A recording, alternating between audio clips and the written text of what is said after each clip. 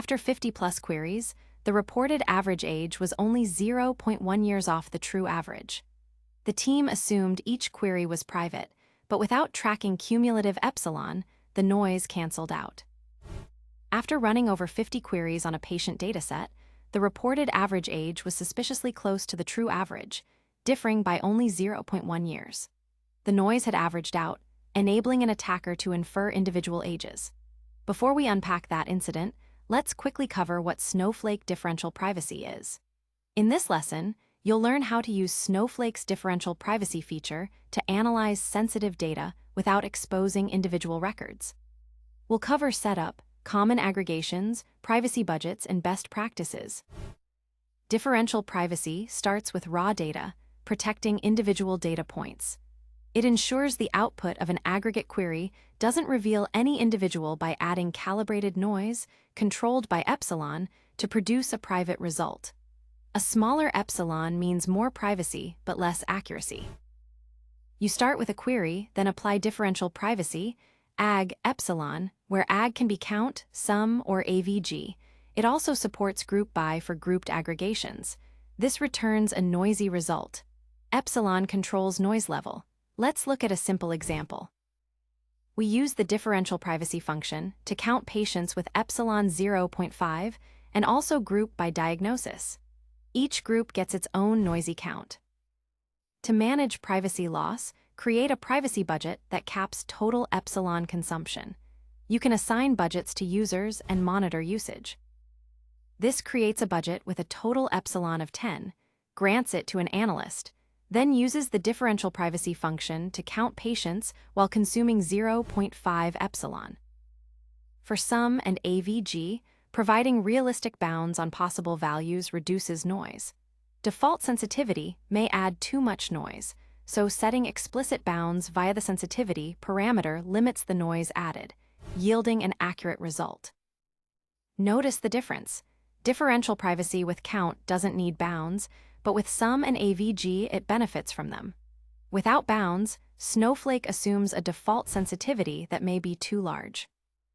Groups with few rows leak info, so when grouping, small groups can be risky. The min-rows parameter filters groups below the threshold, suppressing those with fewer than n records and returning null instead. Common values for n are between 10 and 100. The differential privacy function with min-rows equals 10 returns null for departments with fewer than 10 employees. Multiple aggregates each consume epsilon from the budget.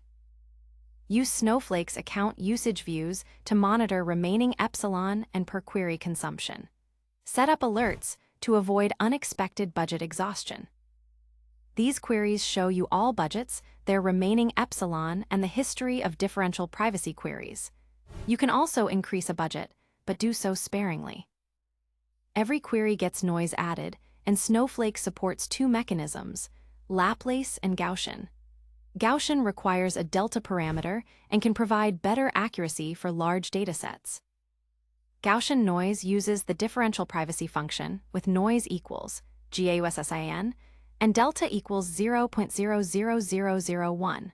Fixed seeds like 42 are for testing only, never for production as they weaken privacy. Begin with careful query design, then follow these best practices to ensure meaningful and private results. Avoid common pitfalls like forgetting bounds, using too small epsilon, or skipping min-rows for group by. And always monitor budget consumption over time. The good query uses differential privacy with bounds, min-ROWS, and a budget. The bad query uses the same function but a tiny epsilon without bounds, producing very noisy results. The root cause? The team ran over 50 queries with a fixed epsilon per query but no cumulative budget. Over many queries, the random noise averaged out, allowing an attacker to infer the true average age by averaging the noisy results. The fix was to implement privacy budget tracking, set a total epsilon limit of 10, and enforce it with per analyst query quotas. Now each query checks the budget via the privacy budget view before executing, consumes epsilon from the budget, and the result determines whether the query runs.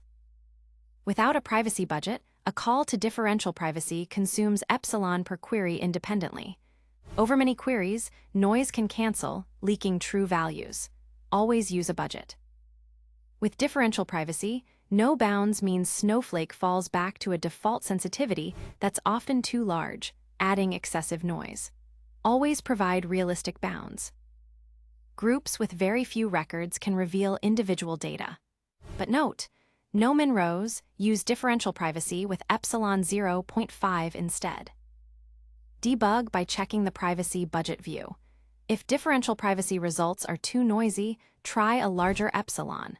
For reproducibility in testing, use a fixed seed, but remove it in production. Common interview questions on differential privacy. Understanding these concepts will help you in SnowPro certification and real-world deployments. Let's recap frequently asked questions about Snowflake differential privacy. To wrap up, remember, differential privacy protects individual records by adding noise. Always set a budget, provide bounds, use min rows, and monitor your epsilon consumption. Thanks for watching. The full article and code examples are covered in detail at thecodeforge.io.